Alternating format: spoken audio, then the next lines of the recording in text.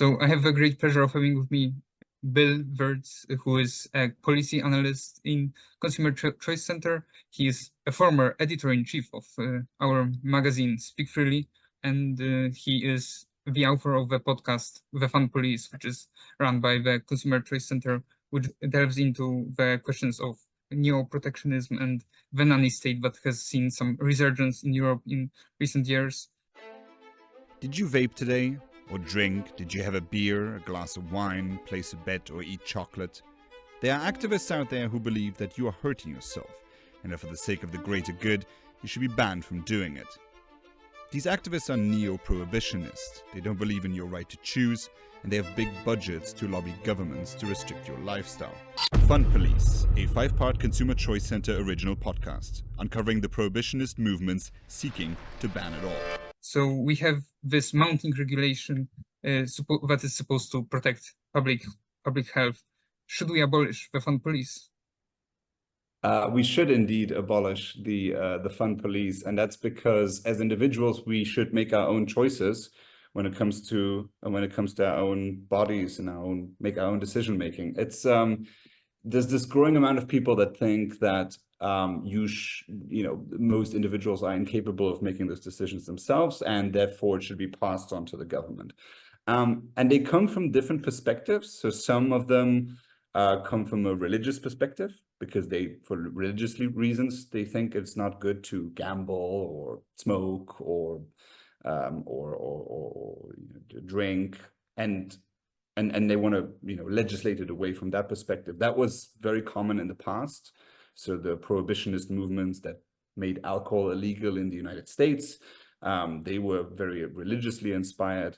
And there was also this idea of sort of this clean living, it was like, as an individual created by God, you need to live a clean life in sort of the image of God.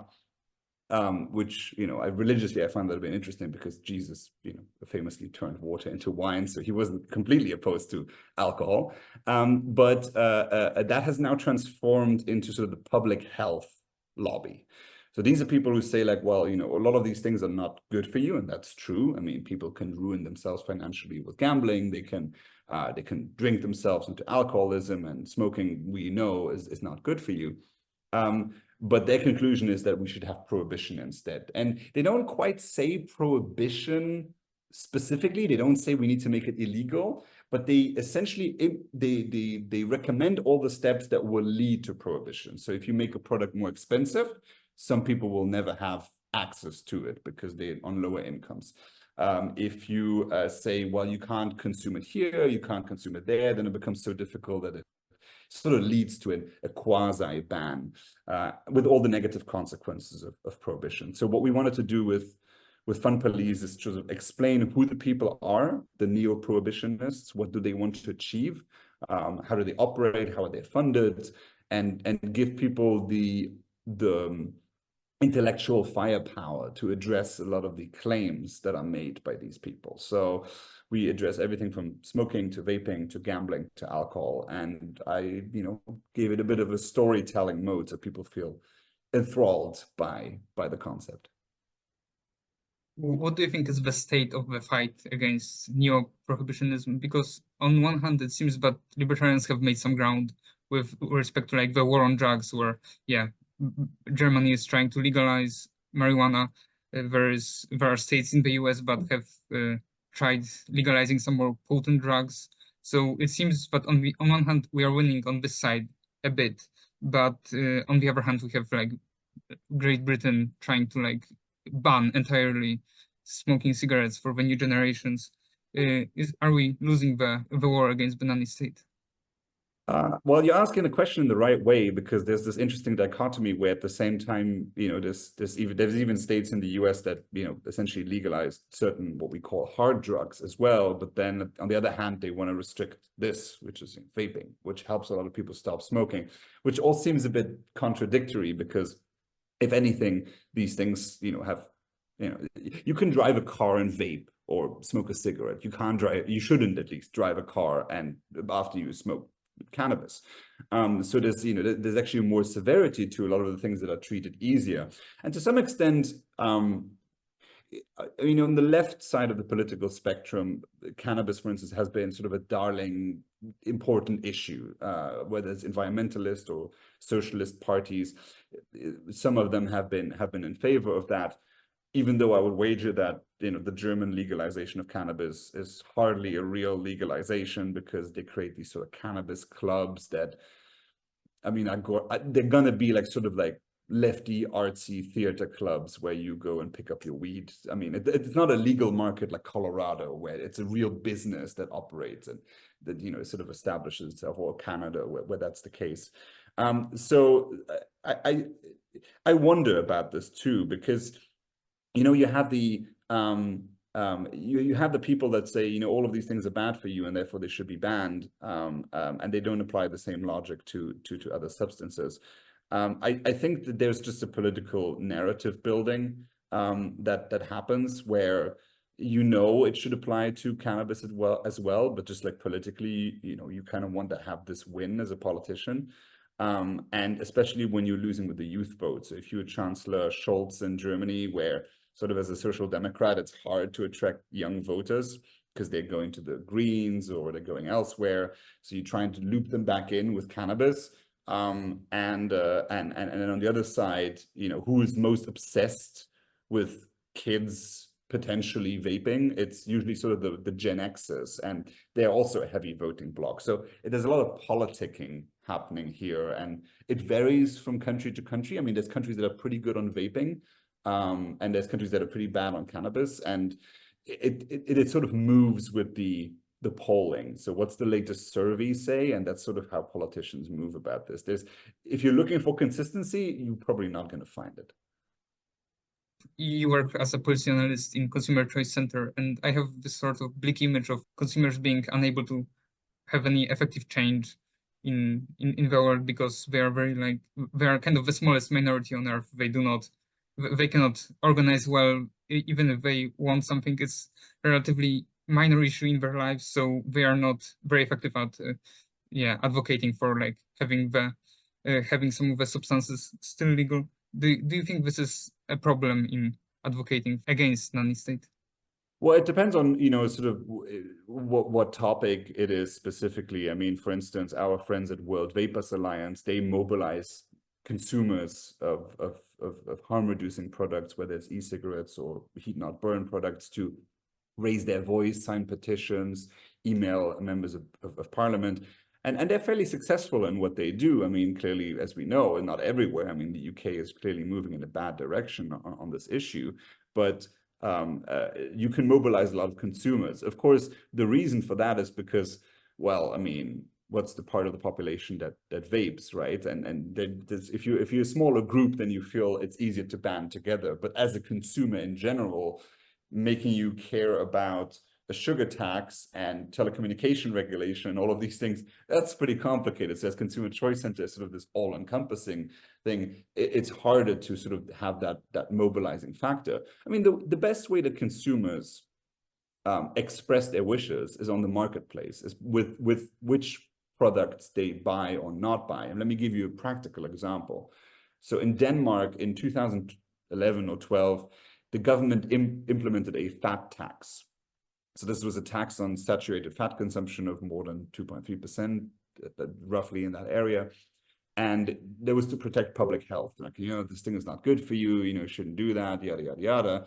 And what consumers did is they drove across the border to Germany to buy products, or they downgraded on the quality of prices. So they bought like store brands, but they kept the exact same nutrient and fat consumption that they previously had. They just downgraded to offset the price of the tax by having lower quality products. So this was a clear indication that consumers didn't want this. And it was the same parliamentary majority. Within like 15 months, the government abolished it again, because consumers hadn't really raised their voices as such that they, you know, there was no election upcoming. But it was the clear indication in the consumer behavior that they didn't want it. And that happens in a lot of fields. I mean, I like also to give the example of veganism. Now, 20 years ago, you went to a restaurant, you asked for a vegan option, that might be difficult. But through market behavior, vegans and vegetarians have actually changed it in the sense that you go to a restaurant today, you ask for a vegetarian option, there's not going to be a problem and nobody raises an eyebrow anymore. And a lot of the people that back in the day said we just need to ban meat, they were wrong, and nobody would have supported that. And they showed that they changed market demands to the extent that now every place will offer a vegetarian and often a vegan option as well. So I think, like, even to people that previously were arguing for bans, they kind of recognize that there is a market mechanism that helps them achieve their goals.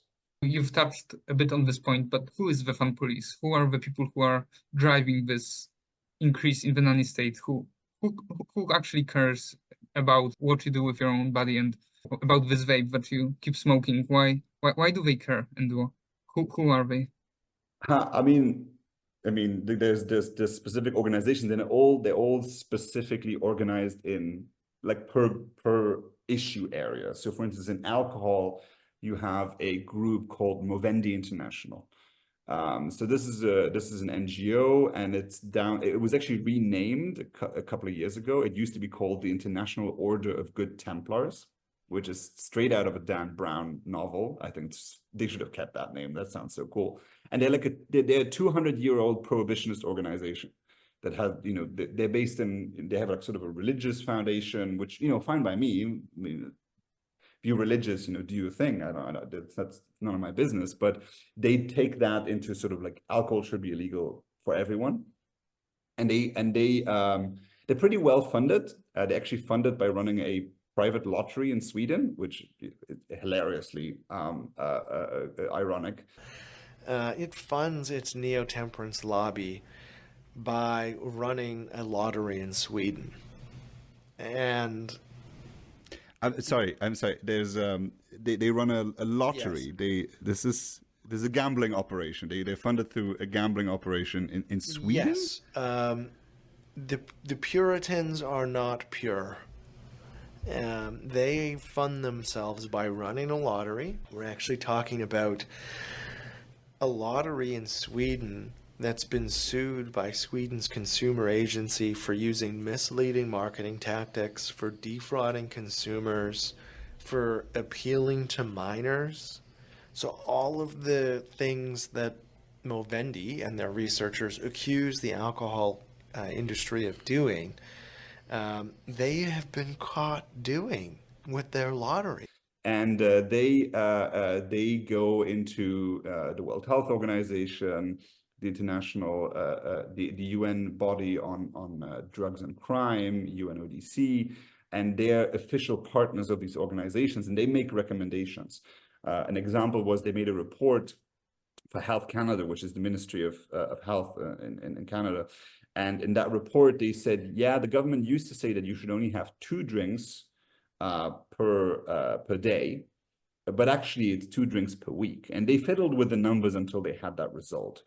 And now you can say, okay, well, that's just a recommendation, that's just a report. But to the health ministry in Canada, that's a scientific opinion that we need to eventually match the regulation. So they're really using the salami tactic in getting to this like quasi-prohibition or slowly moving towards a prohibitionist sentiment by releasing reports, by being on TV, all of these things, whether they're called European Public Health Alliance or Movendi or any of those. They have a lot going on. I mean, in the anti-vaping field, you have Michael Bloomberg with Bloomberg Philanthropies, and he gives an incredible amount of money to all types of groups, whether it's some of them are called Moms Against Vaping, and there's all these types of groups that are super concerned citizens that go out there and say that we should ban all of these things and don't mind the black market. That's a problem we can solve later, right? So there's a lot of these groups out there, and each and every sector has their own sort of subgroups, and they host each other at their own conferences. It's a whole clique. It's fewer people than you'd think. I mean, when they do protests, it's like 10, 12 people. And, if that amount of people walked into a restaurant, they would say, yeah, sure, there's still space at the back. There's not that many people actually in this space, but they're pretty effective at making this argument. So I wanted to make a series that sort of outlines some examples of how they operate. yeah, any type of like pressure groups with mom in their name is usually pretty terrible. But yeah, so is there a push for entirely banning smoking in other countries other than Great Britain? Is this something that we can see in the future? Yes, I mean, so the UK wants to be the first country to have a generational ban on smoking. So that means that anyone born a certain age, I think anyone born after the 1st of January 2009, I think somewhere in that ballpark, will not be able to legally purchase cigarettes. So instead of implementing prohibition outright, you essentially have this moving goalpost where each year you add more people to the list of people that will not be able to purchase cigarettes, to the extent that one day if you go into a shop, they will have to ID you because somebody who's 40-year-old can buy cigarettes, but somebody who's 39 cannot because they're too young, which is very strange. So that is, the UK wants to become this smoke-free country. There have been examples of countries that completely banned cigarettes. I mean, Bhutan during like a few years after the COVID outbreak actually ended there. I think it was about 10 years of their prohibition on tobacco. Completely failed experiment, because it turned out that after prohibition, cigarettes became a lot cheaper on the black market, because now the black market controlled the entirety of the supply, and they were able to produce it for much cheaper. So smoking rates skyrocketed in Bhutan. And then when the government legalized cigarettes again, the legal market was too expensive for people. So the government was cigarettes in order to keep them on a price level that was acceptable for people. So I mean, completely failed experiment. I mean, it's very bad. I mean, really on the level of US prohibition, it's complete failure. So anytime you want to, I think Chris Snowden from the IA, he says it best. Anytime you introduce nicotine or alcohol to a society, there's no way you can get rid of it. Smoking was illegal in public in Nazi Germany. You wouldn't be able to tell from the movies or the documentaries because nobody cared. Even the most authoritarian state is not able to get people to stop something. If you went to a remote island where people never had cigarettes and you said cigarettes are now illegal, sure, because they wouldn't even know what it is. But the moment people have it, people want to keep it. And the question should not be, how do we get rid of it with government action, but how do we provide an alternative that is safer, and then people can make their own choices? Because if they just crave nicotine, maybe instead of smoking cigarettes, they should use a nicotine pouch or an electronic cigarette, which is much, much, much safer than combustible cigarettes. So that's sort of my answer to that one. European Union loves regulation as much as the next guy. So what do you think will be the focus of the EU? What is it set on implementing? What can we fear from the European nanny state? Well, so that's a complicated question this year because we have elections in June and a lot of things change after elections, sometimes for the better, sometimes for the worse. In 2019, we got one of the worst European parliaments because it was greener and leftier than it ever had been before, and as a result of that, we got like the European Green Deal, and we got all these public health impulses that the EU has. But we'll see after this election, because not everyone on the right side of the spectrum is necessarily good on this topic either. I mean, they don't always understand this either. They have sort of an inkling to be a bit better with it, but I'm always the one who says, like, let's wait and see, because, you know, I don't trust them. But the European Union has something called the Tobacco Products Directive. And in that directive, they also regulate vaping, which is very strange because vaping does not contain, an e-cigarette does not contain tobacco. But anyway, so they regulate it. And one of the ideas that we've been, you know, arguing against is a ban on flavors for electronic cigarettes. So for instance, this is, I think, mango flavor. And the politicians, they pretend that if you put flavors in these liquids, kids become interested in it, because clearly adults don't like flavors. When I get ice cream, I get flavorless ice cream because I don't care about flavors whatsoever as an adult, right?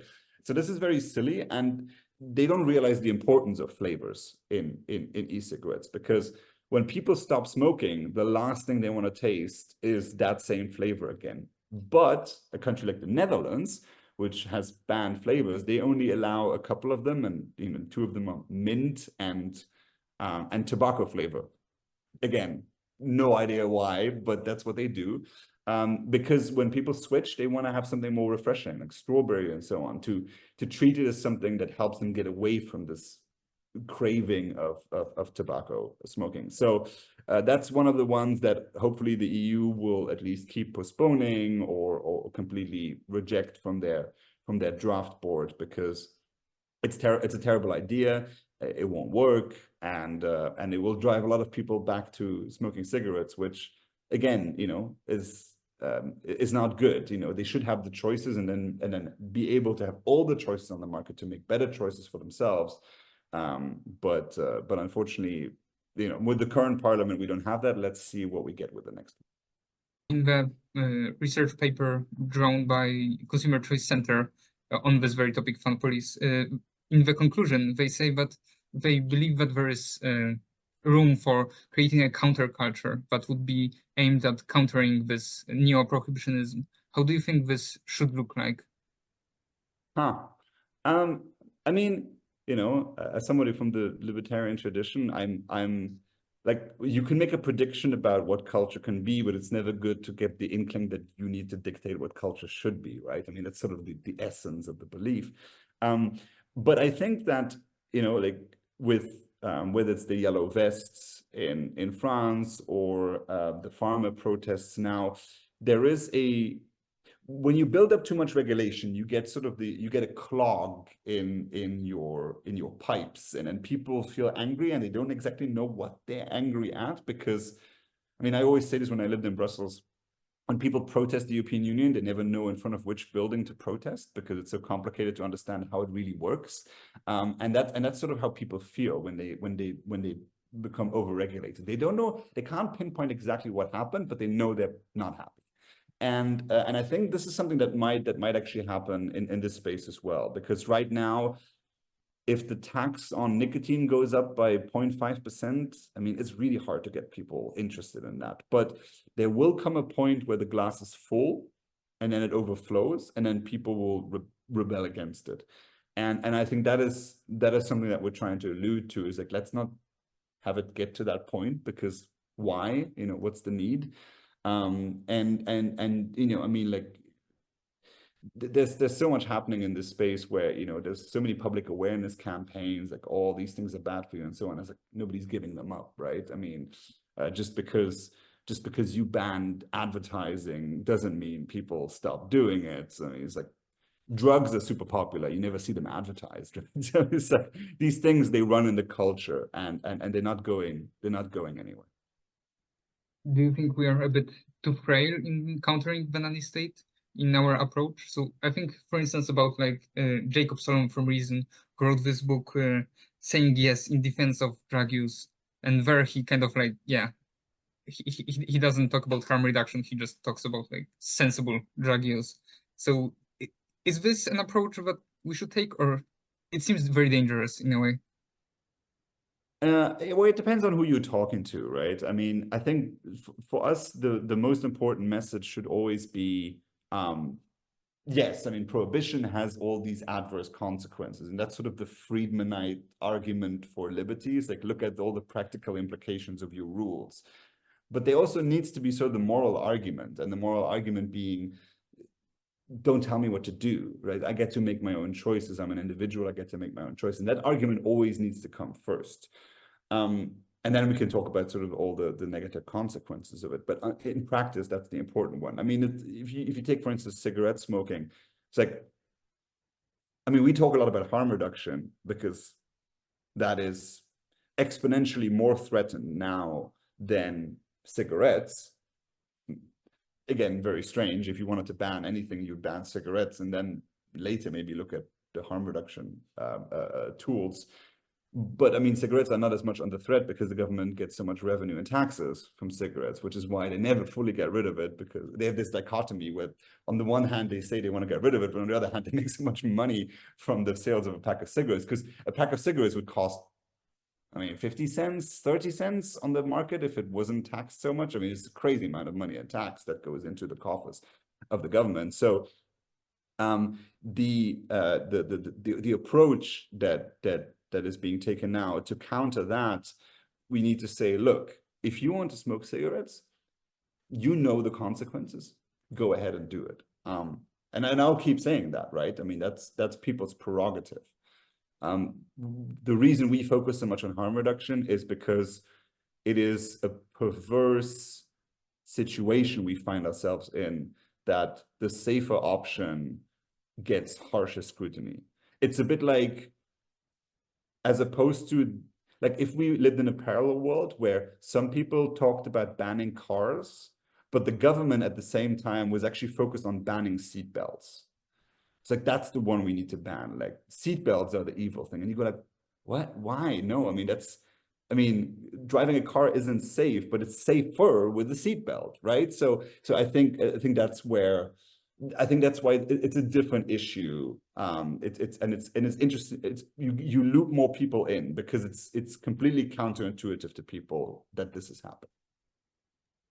So let's switch the topic a bit, because we both happen to live for a moment in the beautiful Duchy of Luxembourg, and it seems a very odd place since it combines sort of the two extremes. So much of its wealth was built on low taxes and having good regulation, which means low regulation on such stuff as asset management, and then all those investment funds would come to Luxembourg and because it was competitive.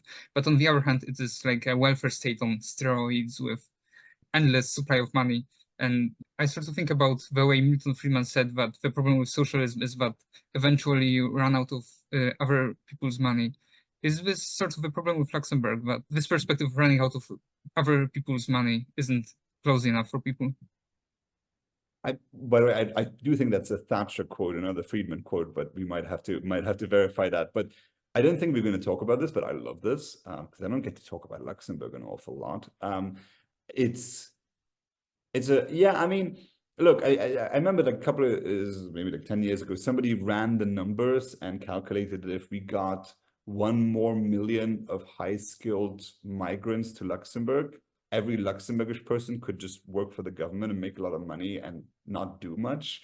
And that's sort of like that kind of thinking. I found it fascinating because it encompasses the Luxembourgish spirit, because not as much through its ingenuity, but a lot by chance and by the fact that the regulation in our neighboring countries was so terrible, Luxembourg has become this financial hub. And nobody in government can really explain to you how that works. Like when they make public transport free of charge, but they call it free, they think that, you know, the money was just there and it was theirs to spend. They don't realize that there's a French hedge fund manager with 8 screens somewhere in the basement of BNP Paribas that made this possible, because they don't get it. They really don't understand how the country works, and neither do a lot of Luxembourgish citizens. It's like most Luxembourgish citizens have no understanding of how the country operates. Like, how does this work? They complain about the traffic and all the foreigners who don't speak Luxembourgish, but they don't really understand how the country works. So that's a fundamental problem, because if you go to Singapore, people understand how the country works. They have a clear understanding on where the money comes from. It's also a more educated society. You can say that too, but that's a fundamental problem, and that's where those contradictions come from, where at the same time that it's still optimistic, an interesting financial hub, but then it also tries to spend money it really doesn't have. And it builds buildings that are way too expensive. And you don't see that expressed yet in like sort of the debt to GDP ratio, even though the debt to GDP ratio has been going up considerably over the last 20 years in Luxembourg. If you compare to the neighbors, well, like, I mean, we still respect the convergence criteria. I mean, who still respects the Maastricht criteria? It's like us and Cyprus and Malta or something. I mean, it's like everyone has completely given up on those years ago, since the financial crisis. So, or the last financial crisis, I should rather say. But it's really hard to explain to someone from, like, in the libertarian circles. People always come to me, it's like, oh, you're from Luxembourg, you have no problems. I'd be like, no, not exactly how I'd frame it. Like, we have a lot of education to do. It's just that you don't really get a libertarian sentiment in Luxembourg because most people are financially stable. And that's why you just don't have that interest in those ideas. Yeah, so one of the countries that people often confuse for Luxembourg is Liechtenstein. And it seems that Luxembourg is doing all the stuff wrong, but Liechtenstein seems to be doing kind of rightish with Prince, who is very libertarian. He wrote a book that was kind of very libertarian. Do you think that there are some like interesting parallels between the two? I mean, honestly, I don't know much about Liechtenstein, Okay, yeah. but Liechtenstein, unlike Luxembourg, does not try and play in the same league as a country. I mean, it is an independent country, but its currency is the Swiss franc. It relies on Switzerland for most things. It's considerably smaller, both in size and population than Luxembourg. Liechtenstein doesn't have a foreign minister that goes around in the UN, tries to lecture other countries on how they do their business. Like Luxembourg is a big country in the body of a small country, and it acts that way. So it gets inspiration from its neighbors. The Luxembourgish political class is very inspired by France. The Luxembourgish political class loves to receive the French president and get inspirations from all these beautiful services that the French government provides and how beautiful it's working out, clearly. But it's a different political culture. In Liechtenstein, if they look at their neighbor, it's Switzerland, and if anything, that makes you more libertarian, if that's your influence, right? So and that is because of the constitutional system in Switzerland, which we could talk about for hours and probably not the right time. But Luxembourg doesn't have quite that culture. It doesn't have the same history in that sense as well, and I think that's where it comes from. So in a way, Luxembourg is filled with all those kind of Byzantine projects. And I think one of the biggest ones is the supposedly free public transport, which of course runs on volunteers. There are no paid drivers, Exactly. free trams, free buses we get, but grow on trees. So this is how we can do it. Is Luxembourg in a way making other countries follow stupid ideas like this because they seem to work in here? Well, they really loved getting the headlines on that, and they really loved, oh, we're the first country that makes public transport free, and so on and so on. I mean, to be fair, the ticket sales in public transport made up about 1/3 of the running costs of the public transport system. So it wasn't that big of a leap. I mean, if anything, the conclusion should have been to make public transport more expensive. I mean, so if you take the tram in Amsterdam, I think it's a really cool system because, I mean, it's still deficitary, but not quite as much as it was in Luxembourg. But you beep in with your card and you beep out, so you only pay for what you used. That kind of a system makes a lot more sense, and it's also adjusted to sort of the overall pricing conditions, the overall inflation level. Malta has actually become, since, the second country to make public transport free. But for those people who are interested, you can read up on the buses in Malta. The buses in Malta are so dangerous that even the guy in charge of running them wouldn't send his own son on a bus trip in Malta because they're just so in disrepair. And I think, even though that won't happen in Luxembourg because we will spend too much money on everything, just because you made it free doesn't mean it serves people in the way it's supposed to. If anything, your bus driver, if now he's 15 minutes late and you get in, it's like, hey, you're late, he'll be like, well, it's not like you paid something for it, right? You didn't get a ticket. So you don't have that customer and service relationship, because if people pay for something, they have an expectation. They try to, for that expectation to be met. But for most people who are employees, for who income tax is deducted before they just receive a net salary, they don't even know how much taxes either they pay or their employer paid to hire them. So they don't have that relationship with those services. And as a result of that, I expect that those services will get a lot worse in Luxembourg, because now, so what? I mean, it's already paid for, we already, the money came from somewhere, so whatever. And that goal of getting people to switch to public transport, making that more efficient, it's just not there. And, I'm not a huge car geek. In Luxembourg, you kind of need a car because the public transport system just isn't where it is. If you're trying to go out at night, the taxis cost a fortune because it's run by one big monopoly. if anything, like there is a real need here. You would make the country so much better if the public transport system, if Luxembourg City had a metro system, for instance. I think that would really help. Bonn has a metro system. Why shouldn't Luxembourg, right? So there's all these infrastructure needs, but instead they do these like these cosmetic changes on how much the ticket is, or that the ticket doesn't exist anymore. It's like that doesn't solve anything. You just moved money from A to B. Like that doesn't create anything. There's no creation there. There's no support for people there in any sense. Yeah, in a way, I find Luxembourgish politics very depressing, because there's like no way anything changes. There's like no big perspective on anything getting better.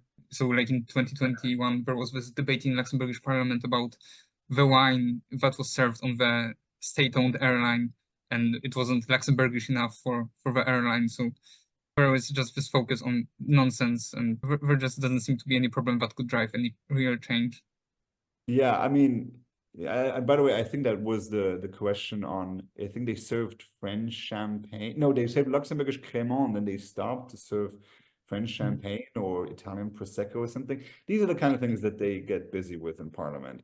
I mean, honestly, if they're distracted by these kind of details, that's not always a bad thing. There used to be this sort of veteran socialist member of parliament in Luxembourg, and he would often fall asleep. And I would always say, like, why are you complaining about him sleeping? Please don't wake him up. If he wakes up, he'll have all sorts of ideas to do. And that would be really, like, honestly, members of parliament should have as few sessions as possible. Sleep in the chamber. I really don't care. Just don't get any ideas. That's the problem with the European Parliament. There's 751 members of the European Parliament. No wonder they come up with regulation and ideas to amend regulation all the time, because what else are they going to do, right? So that in Luxembourg, the system should actually be incentivized to do as little as possible. 90% of votes in the Luxembourgish Parliament are unanimous. So there you can see, like, I mean, there's no real debate happening. There's no two sides. It's all just one big group of people with these tiny parties. I mean, not even the communist, like the Marxist party isn't even fully Marxist, and the right-wing party is like a joke of a right-wing party, if anything, and the liberals are definitely not liberals.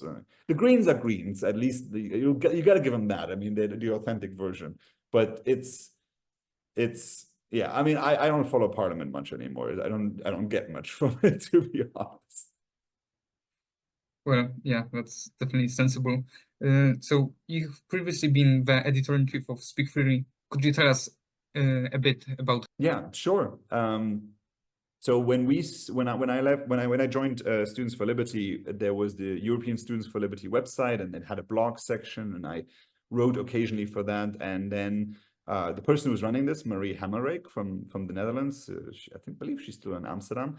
I said, like, hey Marie, let's make this into something like separate, where the students have a genuine place to publish something for the first time. Because if you have something interesting to say, it's always, in my opinion, always best to put it on paper and put it in writing first, to formulate your thoughts, to really, get to the gist of what you're trying to say, to communicate.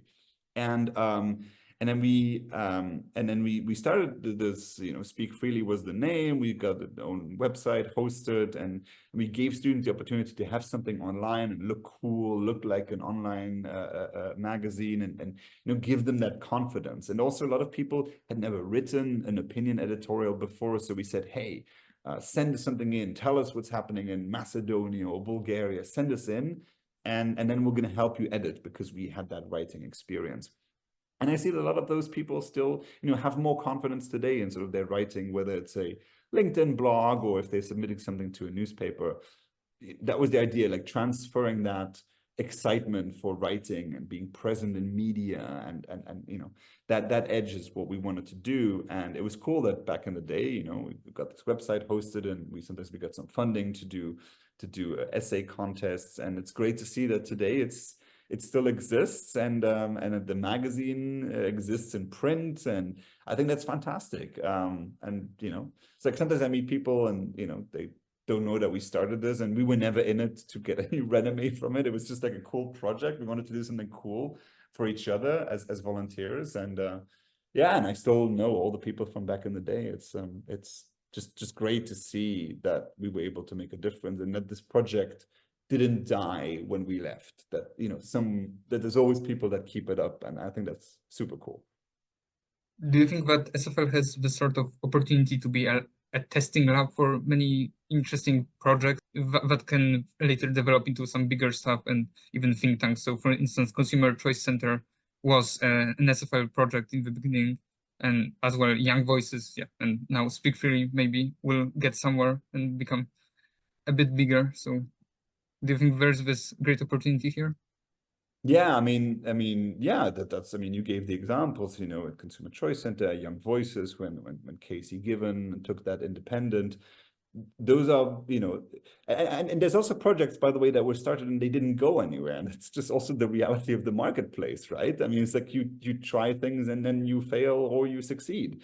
And in Students for Liberty, to get the opportunity of, you know, expressing those ideas and you know, developing it and getting seed funding to be able to do that and having access to all that knowledge and contacts and networks. I mean, that's the ultimate value of Students for Liberty. Is like people think sometimes of this as like, LibertyCon just ended, right? And at LibertyCon, you listen to the lectures, you get the materials in the books, but you also party, and you party a lot and you hang out with people, and people say like, oh, that's just the post-conference kind of thing. But there's incredible value in that too, because these are friendships you make, for some people, relationships develop, and also professional relationships that last for a very long time, where, you know, it's like now people connect, they don't know each other, but they were both in Students for Liberty.